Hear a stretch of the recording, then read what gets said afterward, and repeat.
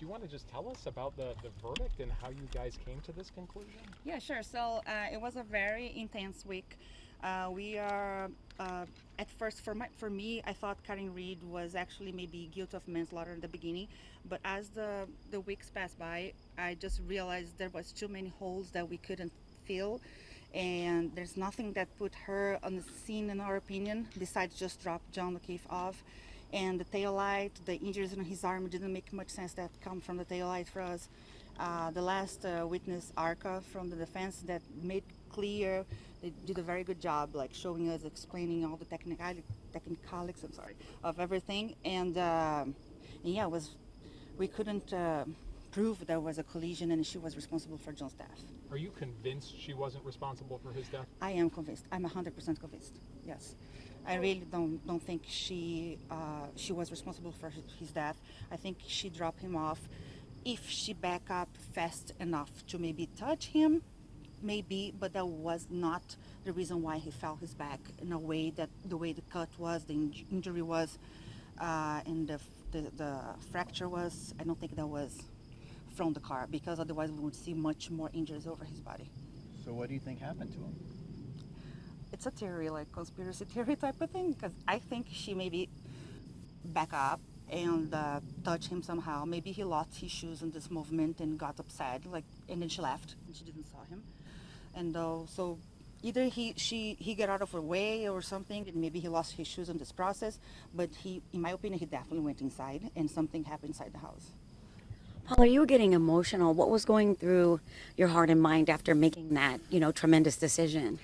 Yeah, so I was happy for Karen Reed and her family. Of course, I think justice was served, but see John O'Keefe's family leaving the courthouse was melt my heart. I'm a mother, and I saw her pain through all those days. And I mean, I just want to tell them it's not our fault that Karen Reed is not convicted, even if there's any chance she's guilty of something, of hurt him somehow. The Commonwealth and the investigators didn't do their jobs to prove that to us. So we couldn't charge her with anything. And I really, really hope there is a way for the case to be reopened and they can investigate again and find who actually did that to John. But you were emotional at the end. Yeah. Tell us about that. It was because I was sad for the family, because I feel like great for Karen Reed, but horrible for the family. He seemed to be a very nice guy, the story with his nephews and niece, and was alive. So I feel bad for them, and I really want them to get justice for John O'Keefe for real. Was it a poor investigation? In my opinion, yes. Too many flaws, too many holes that we couldn't fill in. No reports, so many things, videos with glitch. I don't know, felt a little not correct, not precise. I mean, they are police officers, they know what to do in investigation, and with too many pieces were missing. Paula, you said you were first thinking manslaughter in the beginning. What changed your mind to not guilty? The process, like as they show us that things don't connect to each other, the injuries don't connect with the tail light, the glitch on the video of the sailport, the missing part of the video of the ring light in John O'Keefe's house was too many coincidences to be, straight her fault. So the first trial, the jurors were deadlocked. They couldn't come up with a decision. Were you surprised that they brought this case again for a second time? That they prosecuted her for a second time? No, not surprised, because I have a law background from Brazil. I studied law. I worked a little bit as an attorney before I moved here, so I understand a little bit the system. I'm not surprised she was charged again. And we definitely didn't want to hang this jury. We were very positive that we're going to discuss everything as much as we can, because we don't want to.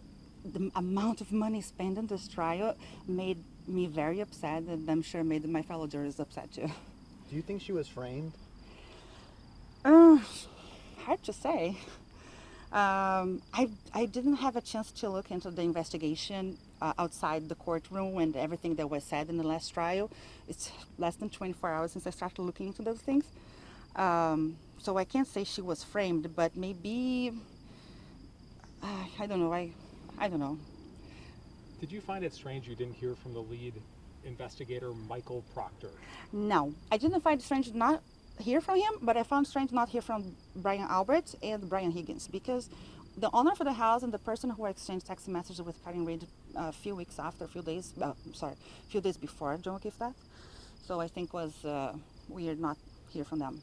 Do you find it weird that the DA hasn't said anything at all about the case or the verdict? I mean, all he said was the jury has spoken, which you guys did, but nothing else. I was surprised that they wanted the sentencing right away. I'm not sure if they're going to appeal or what's going to happen.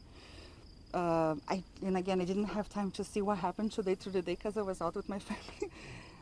But I don't know, maybe they're just going to give up and reopen the investigation. At the beginning of deliberations, did some people think she was guilty?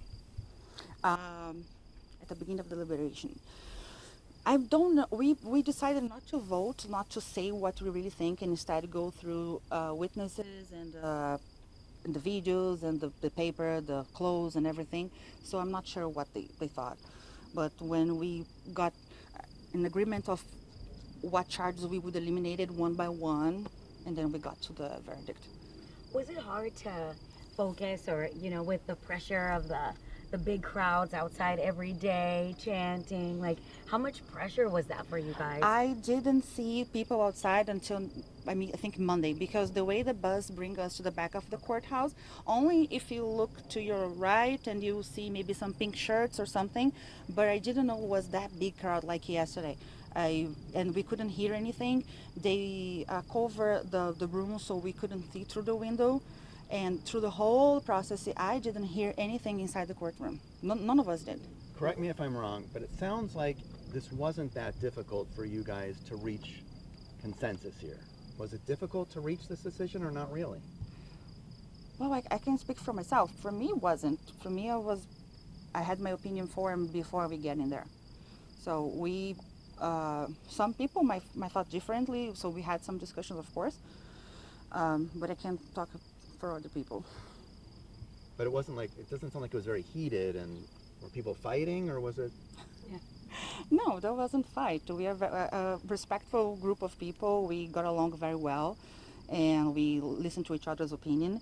I can't say much what happened inside the deliberation room. The judge told us not to talk about it, but of course there were discussions of our opinions and the proofs, and let's look into this, look into that, until we got to a consensus. But nothing heated, no. Did you make much of her the videos that were played of her saying, well, maybe I might have clipped him, her almost admitting that, well, maybe something happened? Yeah, that's where I take my theory from. Since she woke up thinking, oh, maybe I hit him. So this idea come from somewhere in her mind, right? So maybe when she back up, she hit something, the curb or him or something.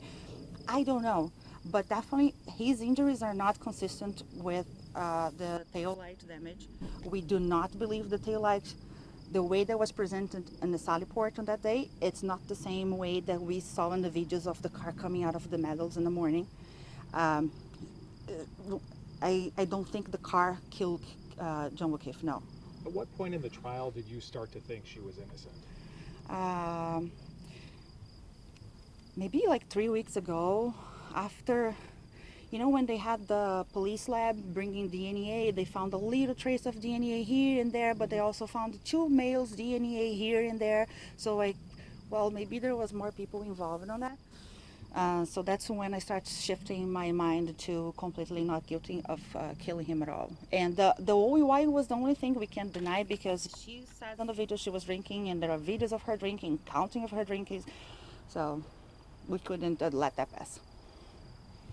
Anything else, Paula? What's your message, or what's the lesson that you learned in this process? Or Well, my first time being a juror was an incredible experience, really. I really enjoyed being there. It wasn't a burden at all. The deliberation part for me was a little overwhelmed because of the pressure of have someone's life in your hand. But the crowd outside or influence from outside, none of this came to me. So I was clear my mind, just focus on her and the case and the evidences we have. But for me, it was a great experience, and I'm happy that I feel good about what we did. I'm confident that she's innocent. And I really, really hope the pressure that they had in this case now is transferred to John O'Keefe family, and justice for him, new investigation, whatever needs to be done.